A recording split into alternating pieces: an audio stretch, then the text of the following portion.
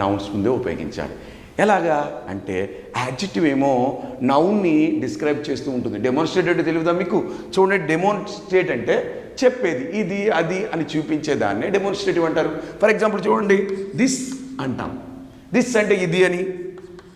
That అంటాం. That అంటే ఏంటి? అది అని.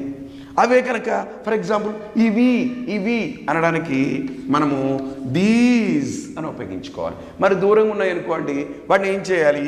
వాటిని దోస్ అని అనాలి. దగ్గర ఉన్న వాటినేమో దిస్ అంటాం. ఒకటే ఉంటే, only one is they, you have to say this. అదే ఒక 2, 3 ఉన్నాయి for example, dust, books and everything ఉన్నాయి. సో వాటిని ఏమనాలి? దీస్ అనాలి. దూరంగా ఉంటే దట్ అనాలి. దూరంగా ఎక్కువ ఉంటే వాటిని దోస్ అనాలి. వీటిని ఏమంటారంటే డెమోన్స్ట్రేటివ్